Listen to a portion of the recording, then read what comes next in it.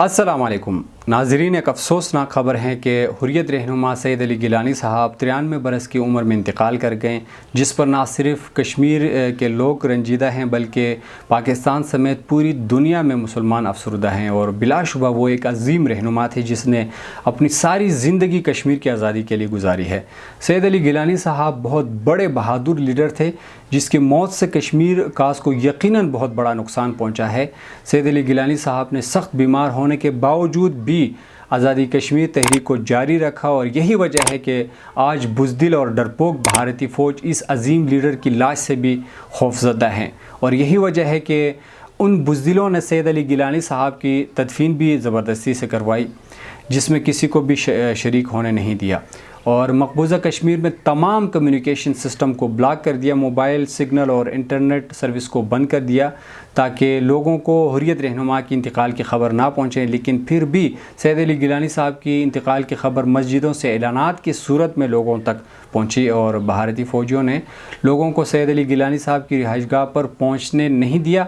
जगह जगह पर खारदार तार लगाकर लोगों को ज़बरदस्ती से रोका गया, मगर फिर भी भारतीय फ़ौजियों का डर ख़त्म नहीं हुआ और भारतीय खुफिया एहलकारों ने सैयद अली गिलानी साहब की लाश को जबरी तौर पर अपने साथ लेकर गए और उनकी जल्दी तदफीन करवा दी। नाज़रीन, सैयद अली गिलानी साहब एक ईमानदार लीडर थे और शुरू में वो जमात इस्लामी कश्मीर से मुंसलिक रहे। 1993 में जब हुर्रियत पार्टी बनी तो वो हुर्रियत के रहनुमा के तौर पर कश्मीर की आज़ादी के लिए अपनी खिदमात सरअंजाम देते रहें।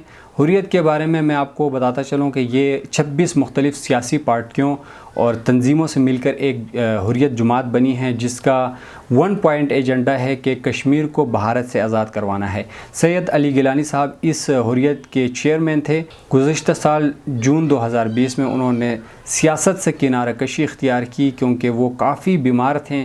फिर भी उन्होंने अपनी कौम को अकेला नहीं छोड़ा और अपनी ही पाक सरज़मीन पर ज़िंदगी के आखिरी आयाम गुजारें। एक तो हमारे लीडर हैं जो बीमारी का बहाना बनाकर मुल्क से भाग जाते हैं, दूसरी तरफ वो लीडर हैं जो ज़िंदगी और मौत की कशमकश के दौरान भी नज़रबंद रहें मगर कभी भी मुल्क से बाहर जाने की ख्वाहिश नहीं रखी और ना ही कोई डिमांड की।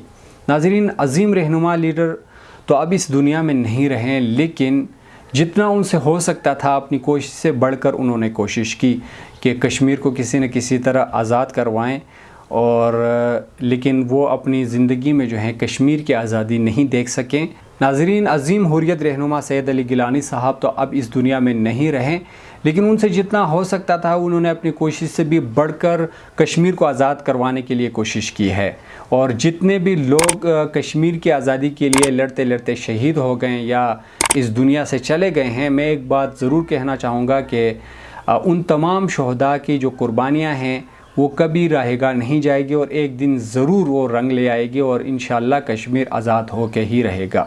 अब तक के लिए इतना ही, मिलते हैं अगली वीडियो के साथ, तब तक के लिए इजाज़त दीजिए। अल्लाह हाफिज़।